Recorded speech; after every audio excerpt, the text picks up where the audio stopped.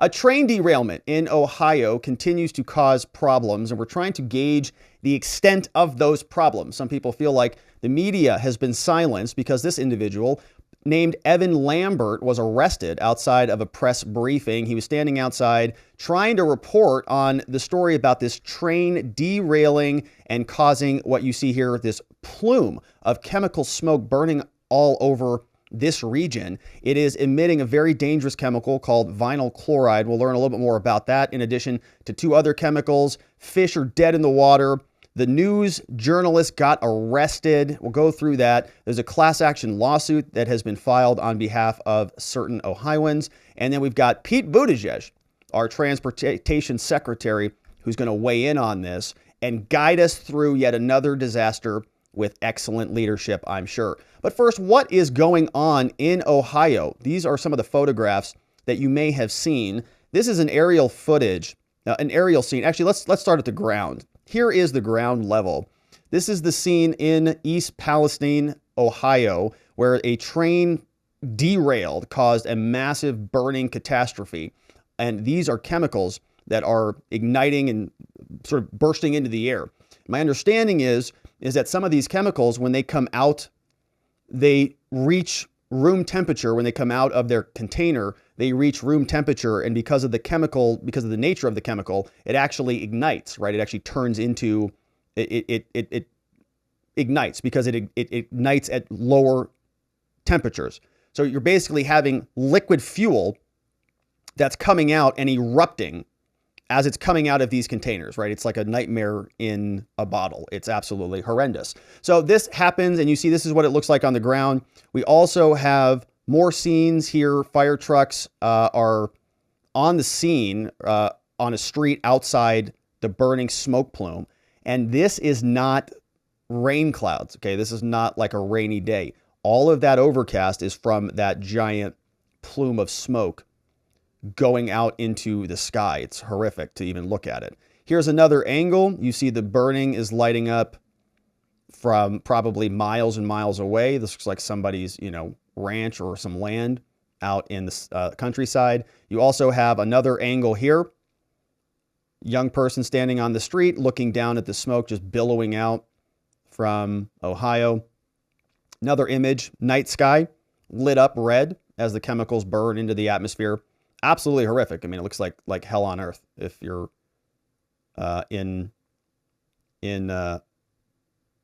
familiar with that concept, I guess. Here's another image. Looks like a mushroom cloud almost, right? This is the plume of smoke going up into the atmosphere, extending out many, many miles. And people are trying to understand the radius of this. What is the extent of the potential damage? Here you see East Palestine here. It is on the border, and it's not too far out from Pittsburgh. I believe somebody drew a radius on this map of about 20 miles. And so, right, it's a very big region, obviously. And you'll also notice there's a bunch of rivers and other, farmland, and people are concerned about the compounding effects of this, right? How far does this go? Does it get into the water table? Does it hop into the rivers? Where does it flow to? Here is a scene from another person's property many, many, many miles away, and you can see how big this looks, okay? This is covering the entire city, basically. I mean, it's absolutely astounding, the size of that smoke cloud. And here is another closer up image of this. Zooming in, you can see exactly what that looks like. I mean, it's massive. Absolutely massive. And apparently it's just burning and burning and burning away. So it's a scary situation. And there is another photograph from the sky. Here's what it looks like from the air. That giant smoke cloud is breaching through the upper layers of the atmosphere, right? I mean, it's really, really a pretty catastrophic cloud of smoke. Absolutely major. All right, so all of that is going on. Now we have to ask ourselves, what is in that smoke cloud? What's actually involved in this burning cauldron of horror? The story comes from WKBN. This was published the 12th of February. It says 3 additional chemicals. Get rid of this. If I can get rid of this somehow. There it is. It says 3 additional chemicals were discovered during the train derailment. They say First News was recently informed of 3 more chemicals also being told to that are dangerous. Okay. Somebody who is a hazmat specialist, his name is Sil Caggiano. He said, quote, "We basically nuked a town with chemicals so that we could get a railroad open. The EPA sent a letter to Norfolk Southern, which is the railroad, stating that ethylene, glycol, monobutyl ethanol, and another chemical were also in the rail cars that were derailed." Caggiano says that this one, ethyl hexyl acrylate, is especially worrisome. He says it's a carcinogen and contact with it can cause burning and irritation in the skin. Breathing it can cause irritation. Another one causes dizziness and drowsiness. Caggiano said, "I was surprised when they quickly told people that they can go back home." This is the hazmat guy. But then they said that if they feel like they want their homes tested, they can have them tested. He says, "I would have far rather they just did the testing," right? Don't tell people it's safe to go home and you can get the test. It's optional. Just tell people, well, why don't we just do the test before you go home? He says it's possible some of these chemicals are still in the homes. He says there's a lot of what ifs. What is this going to look like 5, 10, 20, 15 years down the road? Wondering if there's going to be cancer clusters that pop up, you know? He recommends that everyone get a health checkup. And so if you're our friends in Ohio or anywhere nearby, he says, get it on record where your health stands now so that moving forward, it's documented. If there's any ill health effects, make sure it's documented. So that's from him, hazmat individual. Now, those were the 3 new chemicals. One of the most interesting chemicals that people were initially concerned about, something that sort of boils, I think it is at 8 degrees when it comes out. At room temperature, it hits about 8 degrees Fahrenheit and boom, it ignites. Right? You think about wood, it's got to hit a certain temperature before the wood ignites and bursts into flames. This ignites and bursts into flames at like 8 degrees. So it's got to be ultra cold. Otherwise, it just turns into this ignition. It's just fuel that's just on fire in the real world. It's called vinyl chloride. Very important. It is the precursor to creating PVC. Shout out to all of our plumbers out there. Vinyl chloride is a precursor to PVC production. Let's see here.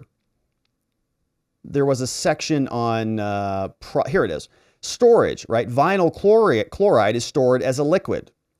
So when it bursts out of those containers, it ignites. It's a big problem. Fire and explosion hazard. Because of its low boiling point, liquid will undergo flash evaporation, auto-refrigerate. The portion will be vaporized to form a dense cloud, more than twice as heavy as the surrounding air. The flash point is problematic. Health effects, a lot of symptoms: dizziness, nausea, visual disturbances, respiratory failure, group 1 human carcinogen, liver toxicity. It's bad stuff. Okay, cancerous tumors. It's bad stuff. And not to be, ultra doomy and gloomy here on this thing, but it's a bad deal. And they're telling everybody that it's okay. We're going to get to some of that here in a minute when we talk. Actually, it's in this clip.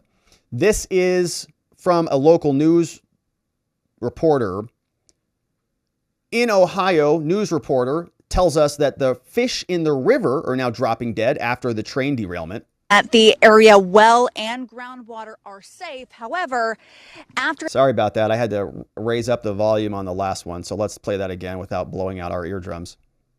At the area, well and groundwater are safe. However, after this couple saw dead fish in this creek that you're looking at, they're deciding to not take any chances. There was hundreds. Russell Murphy is referring to the fish now belly up in Leslie Run. He and his wife noticed them last night, barely 48 hours after the fiery derailment 5 miles away. This is huge, huge environmental effects. That's now one of many concerns the EPA now faces. The impact of the fish, yes, there was a impact of those. However, the levels as we have seen it are protective to groundwater. We are aware there are some wells along that for residential wells. Environmental cleanup crews were at and actually in that water today. So are these booms, which are used to catch and stop anything that shouldn't be flowing here, or into water wells, which Murphy uses for just about everything. So it's interesting reports, right? You've got one side that is talking about dead fish, and then you've got the EPA saying, yeah, but they're just fish, All right. Don't have to worry about it if you're a human. They're fish. It's a little bit different. We also can't breathe underwater, for example. So who knows? Of course, it is a concerning situation. And so for everybody in that area, everybody affected, and I know we have people in Ohio and elsewhere, we're thinking about you guys. And so, ultra thoughts and prayers coming your way. But before we continue, now I want to talk about this journalist. He was there on scene. He was covering part of this press briefing that was delivered by the governor, and he got arrested for not leaving or not stopping speaking. We're going to see what that looks like. We're also going to get to the class action lawsuit and hear from Pete Buttigieg right after we talk about being extra healthy with our friends over at Brickhouse Nutrition at fieldofgreens.com, because of course we'd all like to lose some of those leftover pandemic pounds, holiday pounds, Super Bowl pounds, But how sick are you of those weight loss diet pills and fad diets and all of the ads for all of that stuff? You've all been there. We've all done that. They don't work. But you know what does? Eating 5 healthy servings of fruits and vegetables every day. You do that and the weight would probably just fall right off. But first, vegetables, not a fan. Fruit, who's got time to prepare and eat all of that every day? Not me. Instead, let's talk about Field of Greens. Field of Greens is a science-backed formula. Very specific fruits and vegetables you're not going to find in any other product. And we know that proper nutrition reboots your metabolism so you burn calories faster and you lose weight the healthier way. And Field of Greens is the only brand backed by a better health promise. You'll look and feel healthier, but the greater proof is going to come the next time you go to your doctor and he says, wow, you've lost weight, whatever you're doing, keep it up, you look fabulous. So let's get you started. Why don't you go over to fieldofgreens.com, open up a new tab, type in fieldofgreens.com, check out this Field of Green promo code called Robert and get your real organic superfood at fieldofgreens.com. Don't forget to use code Robert and get yourself bursting with that extra green energy and feel great. There's also a bunch of other stuff on there at brickhousenutrition.com. Don't forget to use promo code Robert. All right. And so now let's turn our attention back over to NewsNation now. In Ohio, we saw that one journalist called Evan Lambert was arrested. CNN has some background for us. They say that he was there and at a news conference and a law enforcement officer told him to stop your broadcast. Now we're going to go through the body cam footage. It was released, as we're also going to listen to his actual press delivery. He was delivering a press report before they arrested him. So CNN tells us a NewsNation correspondent was arrested covering the train derailment. Police said it involved a confrontation between him and a National Guard official after he was told to stop speaking during the governor's remarks. So what it looks like happens here is the governor's going to speak, National Guard's there, journalist is giving a report to the camera. National Guard guy comes up and says, hey, show some respect. And he says, why don't you mind your business, buddy? I'm here doing a journalist report. They have words.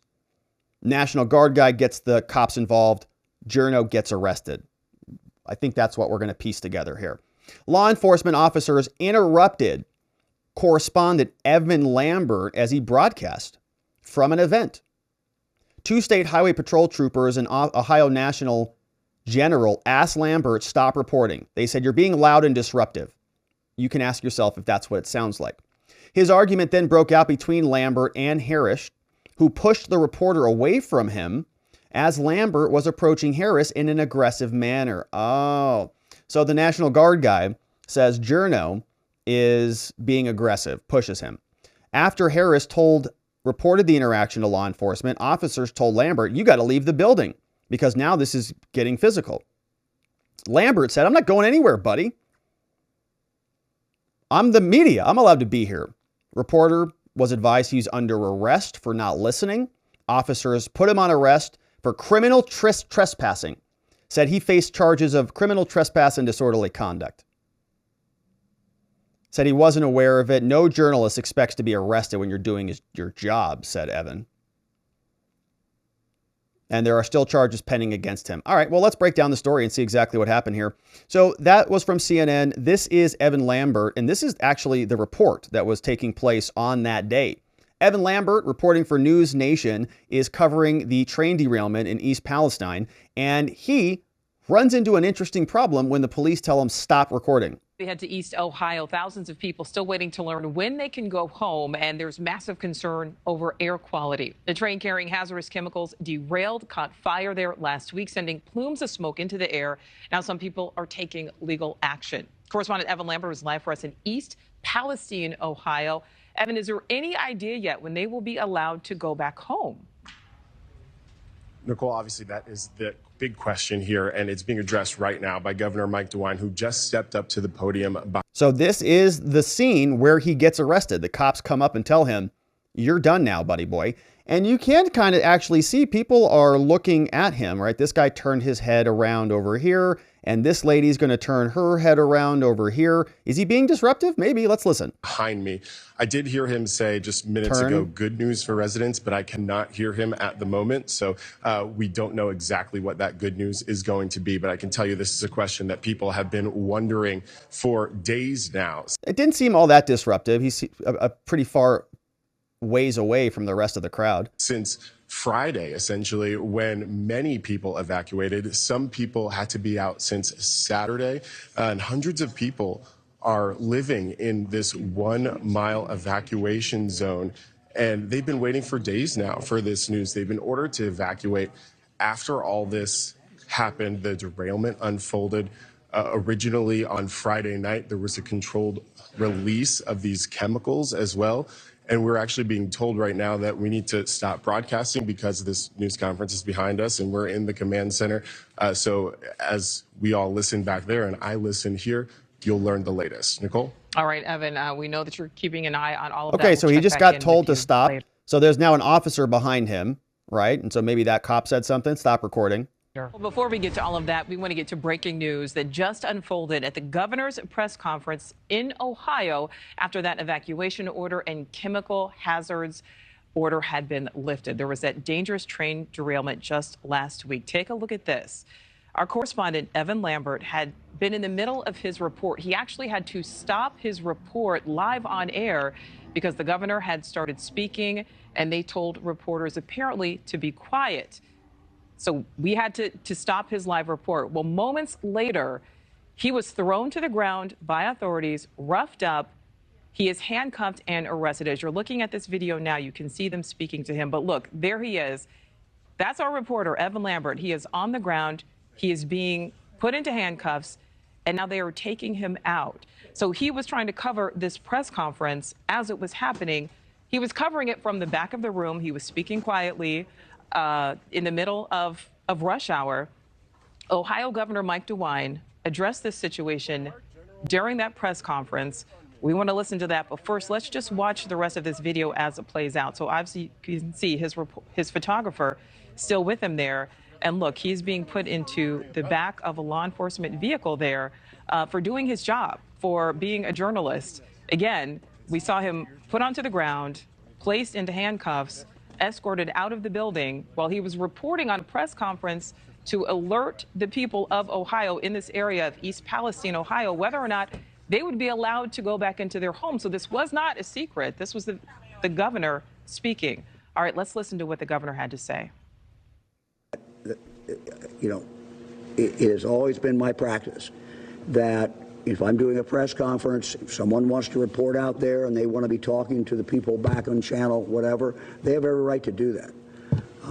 So, you know, that should not, if that someone was stopped from doing that or told they could not do that, that was wrong. Yeah. And it was nothing that I authorized, and certainly it would be something that I would not want to see happen.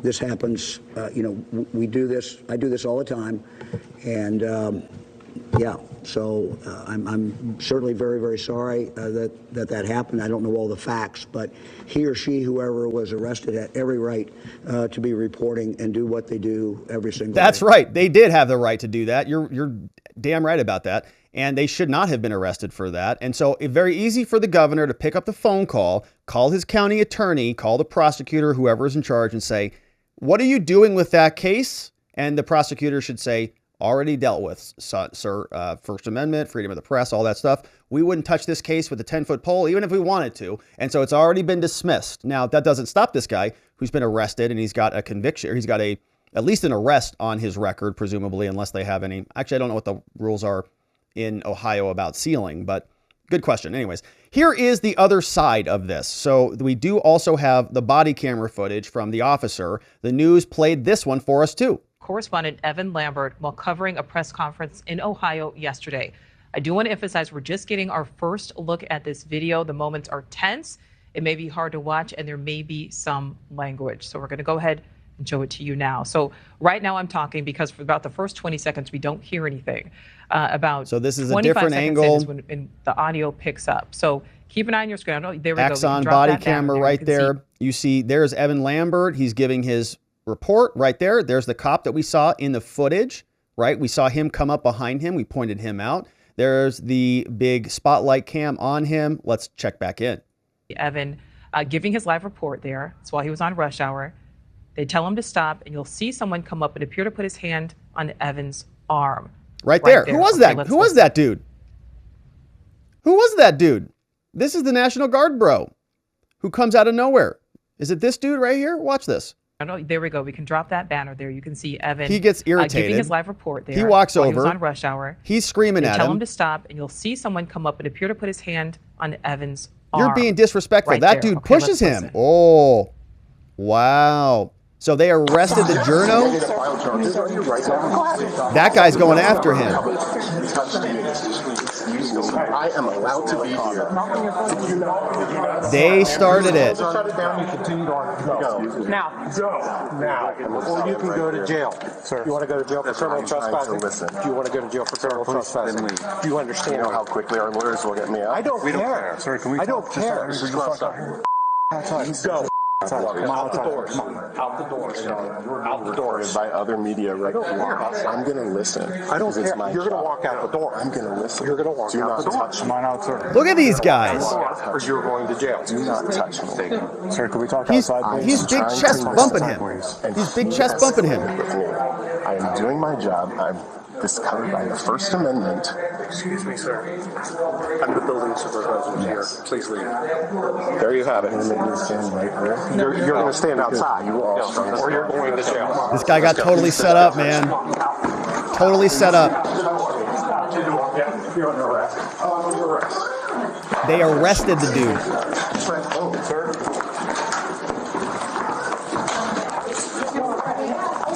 Look at this crap.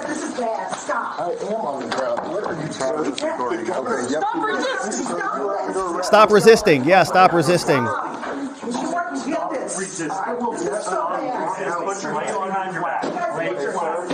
Lay flat, please. You guys, he's a national correspondent. You cannot do this. I'm a reporter with NewsNation. It's all being recorded right now. I hope it is. This is horrible. Because you can't talk to people about doing their jobs. Oh my. Bro, they instigated the whole thing. They started it. That National Guard person came out and physically assaulted you in the chest. And then when you reacted, the rest of the entourage circled up. And you were set up, man. God, I cannot believe this. What's that? This is horrible. This is what it's like to be a black reporter in 2023. Evan, I'm so sorry. Evan, I'm sorry. Thank you, Sia. Roll over, sir. Get up on your butt. Can you please Group of thugs, man. That one was a little tight, so we were. Oh my God. Thank you very much. This is horrible. Can someone help me? Yeah, right. Evan, I'm sorry. Oh my God.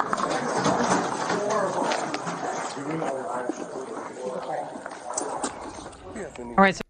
So absolutely outrageous. Obviously, that guy was the recipient of the abuse. Okay, this National Guard guy gets right up in his face. Look at that right there. And presumably pushes him in the chest. Now, we can't see exactly, but let's watch that one more time. They didn't charge him with anything. Drop that banner there. You can see Evan. They didn't charge that guy with any crimes. While he was on rush hour. He was being disorderly. Tell him to stop, and you'll see someone come up and appear to put his hand on Evan's arm. Right there. Right there. Okay, assault. let's listen. Assault. Right there. Boom. And he was the one being disorderly. Evan was about to be done. We heard him on his broadcast being done. They didn't like him. Yes, you want me to file charges on you right now? I am allowed to be here.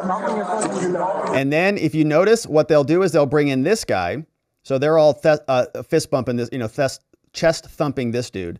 Then they bring in this guy. This guy comes in to white knight and be a hero. He says, I own the building and I'm in charge here and I'm asking you to leave. So that's when they say, okay, well, there's the trespass charge, right? They say, okay, a request to leave, not leaving, there's trespass, and boom, they just set this dude up one after another. Building supervisor here, please leave. There you have it. There you have it. Now you're not leaving. You're going to stand outside.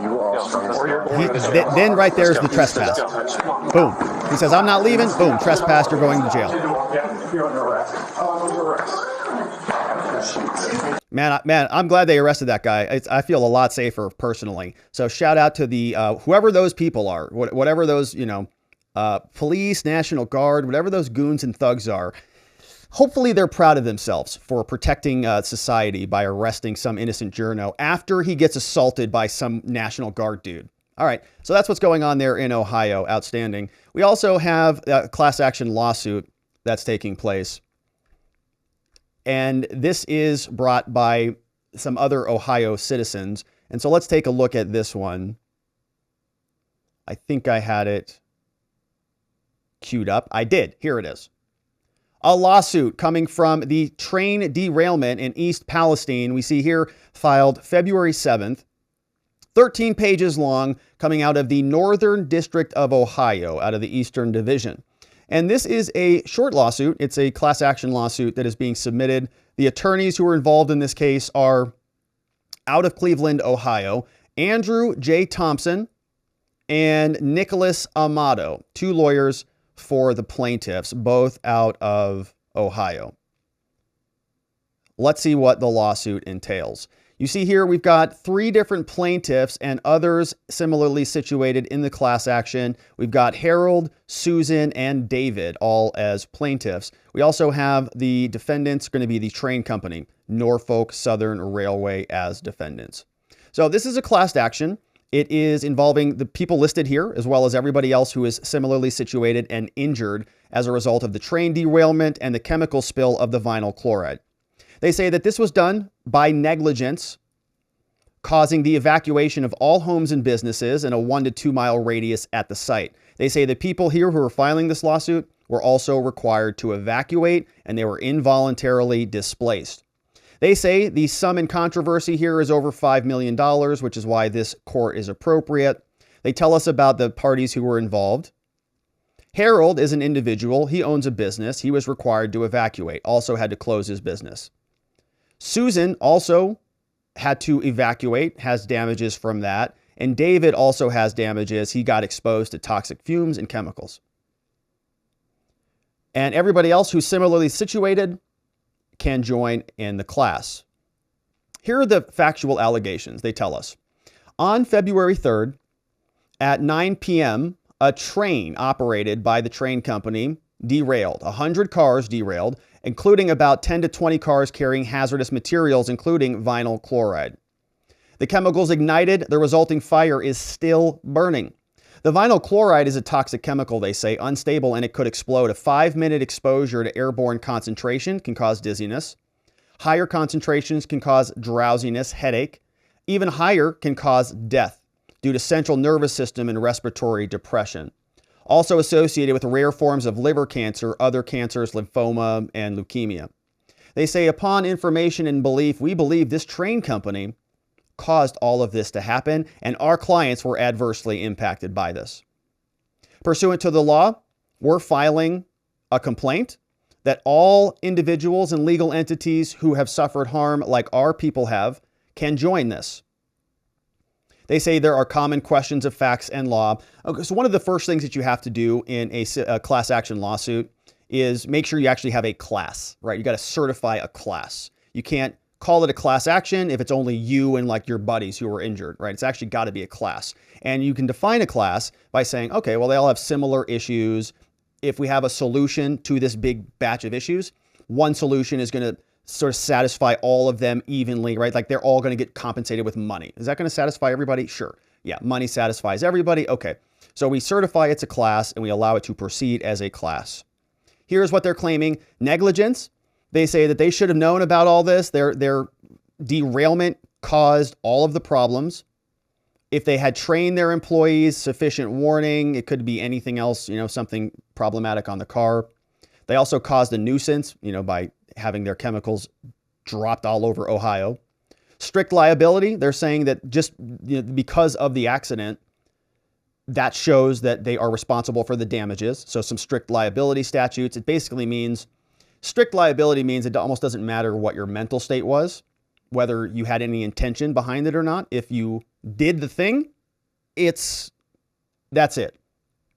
Trespass, they're also saying that, this is a fun claim. So they're saying that the fumes and the chemicals and the carcinogens all trespassed onto their real property, right?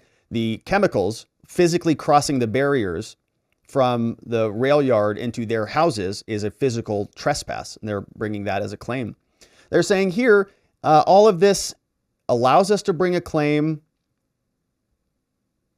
and they want a bunch of stuff. They want a class certified. They want notice to a bunch of people. They want the defendant to stop be prohibited from doing stuff. And then they want a bunch of damages, right? Compensatory damages, punitive damages, and so on and so forth. All submitted by Andrew J. Thompson, lawyers for the three plaintiffs in the first or one of the earliest class action civil lawsuits going against the train company. And we'll see if there's any more litigation or even, other criminal charges and stuff like that once the investigation goes underway. My guess is that right now it's too much of a boiling cauldron of death for them to actually find any criminal liability or any other civil negligence. And so it's still sort of an ongoing catastrophe. So it's going to be difficult for them to tease out what exactly is going on. When they do, you can imagine the lawyers are going to come out in full force, and we'll see what they unveil for us. But our final clip on this, of course, we've got a lot of transportation problems. I mean, the airports are broken. We've got now a train derailment. We've got Chinese balloons flying over our heads. And now we turn our attention to our Secretary of Transportation, Pete Buttigieg, for guidance and leadership. Let's see what he has for us. Partnership that we are building up, but it couldn't be a more exciting time for transportation. It's had its challenges. Right. I mean, if you look at what the American transportation systems have faced in the last 2 or 3 years, partly because of the pandemic, we've faced issues from container shipping to airline cancellations. Mm-hmm. Now we got balloons. That's right. Jokes. He's got jokes. But also the best time ever to be working in transportation because of these resources. And we know ultimately. So not much there on it, not much of substance, although he does have jokes, doesn't really want to talk about all of the other messes that he has created. But of course, we'll continue to cover what's going on in Ohio. I expect there's going to be a lot more litigation, maybe even some criminal elements to this, depending on the scope of the malfeasance. Of course, we'll continue to cover it. Thank you for subscribing wherever it is you're watching this. Thank you for liking this video and following along. And we'll look forward to seeing you on the next one.